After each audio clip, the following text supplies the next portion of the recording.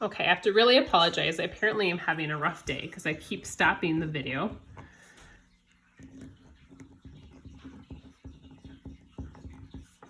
All right, so we're going to solve quadratics. And we're going to solve quadratics by factoring. And we're going to have 4 steps to do that. And I'll start with this example here. That should be a 6. So it's x squared plus 6 equals 5x. So step 1 for our factoring here is we want to use that zero product property. But if you notice, this does not equal 0. So the first step is we're going to want our equation to equal 0.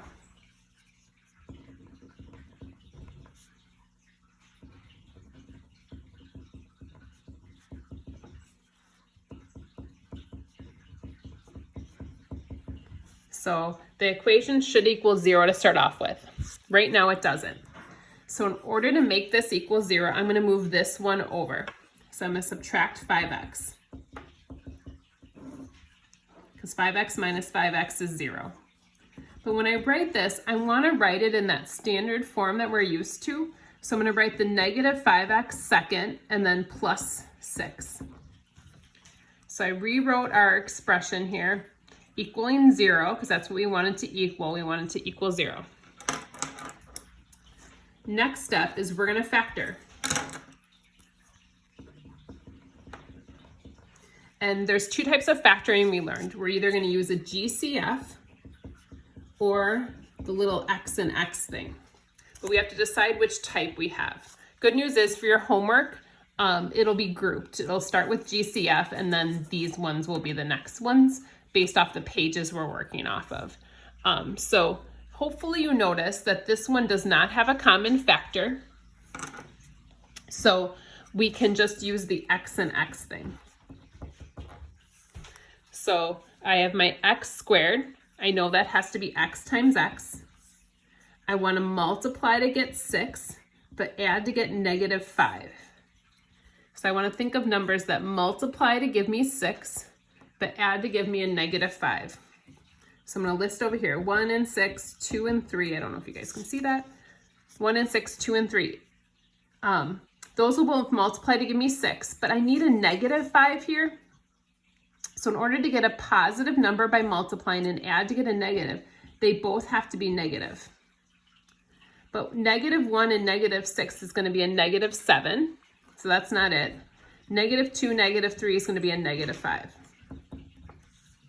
So negative 2 and negative 3.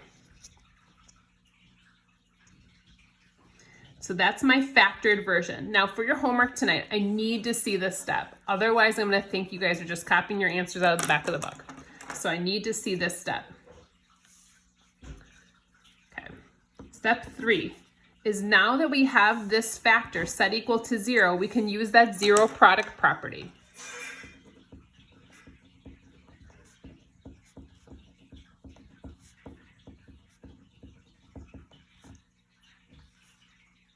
So we're going to set each factor equal to 0. So this could equal 0, or this could also equal 0.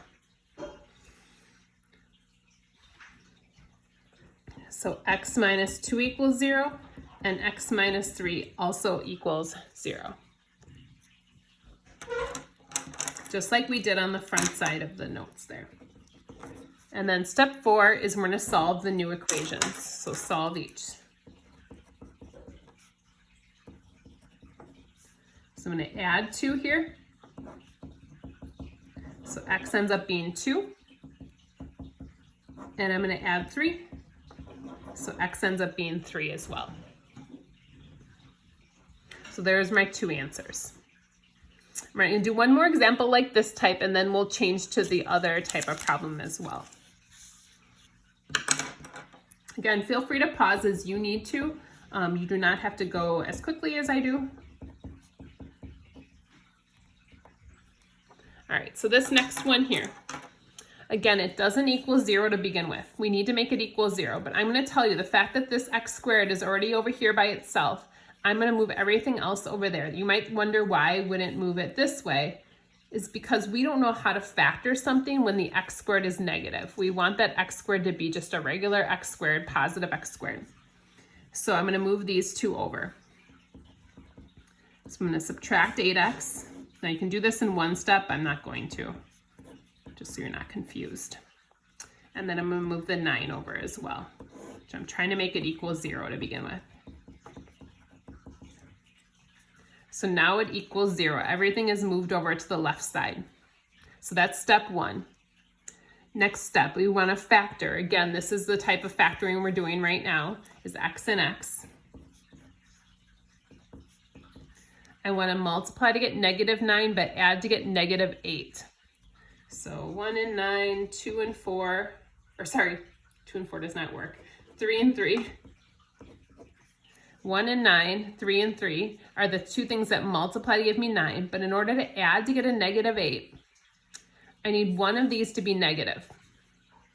So if the 3 is negative, that'll be 0. That doesn't work.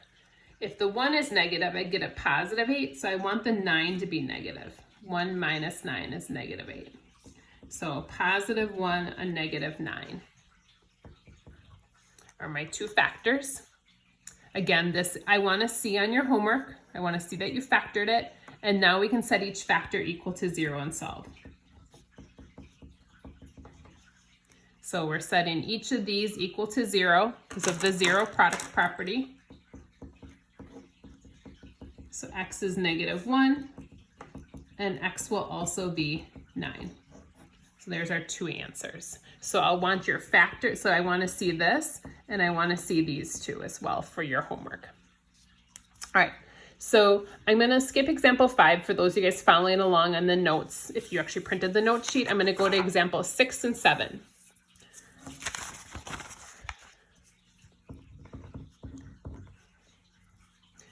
So hopefully you guys see this one looks a lot different. It already equals 0, which is helpful, except it doesn't have just the x squared. So I know already it's not going to be x times x that will give me 6x squared. So instead, what I have to look for, these are going to be our GCF factoring. So I'm going to look for a common factor among these two terms. So 6x squared and 8x, a 2 goes into both, but so does an x. So I'm going to take a 2x out. I'm going to divide these each by 2x. So 6x squared divided by 2x, 6 divided by 2 is 3. X squared divided by x is just x. 8x divided by 2x is 4. So this is, again, our factored version. Now, once I have that, I need to solve. So again, this was that factoring we did the other day. We did this like before break, I think. We're going to set each of these equal to 0. So because of the 0 product property, this times this equals 0. So 2x equals 0. So I divide by 2, so x has to be 0. And then I also have this one. Sorry, can't quite see that. So 3x plus 4 equals 0. Again, that's where I got that from. So I'm solving this equation. 3x equals 0 minus 4 is a -4. So x ends up being a -4/3. So we get these two answers for our GCF factoring here. And then finally,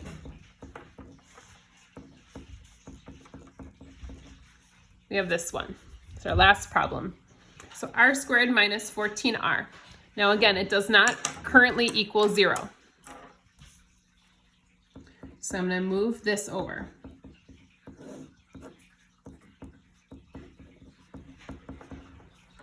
Now you might look at this and say, oh, r squared, I should do r times r. But notice that there's only two terms.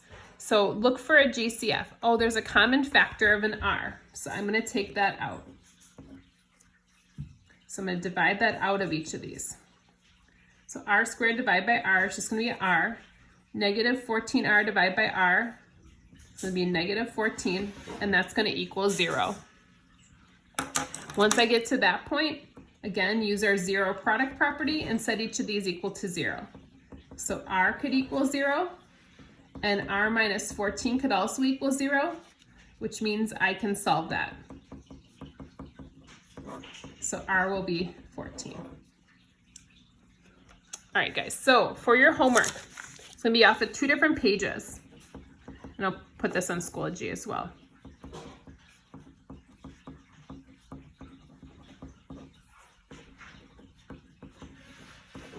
Don't forget to go online and do your attendance quiz. That's the quiz that's based off these notes that I can tell that you guys have been online and watching the videos. If you have Schoology issues, just be patient, please. I mean, it's definitely being overworked right now, and we can't do a whole lot to help it. So just kind of keep checking back in, and if we have issues where we have to extend the deadline, we can always do that. So our homework, you guys, this first section is GCF factoring, and the second set is the X and X. So just being aware of that as you're going through the homework. And let me know if you have questions. Feel free to shoot me an email if you're struggling at all. Thanks so much. Take care, you guys. Bye.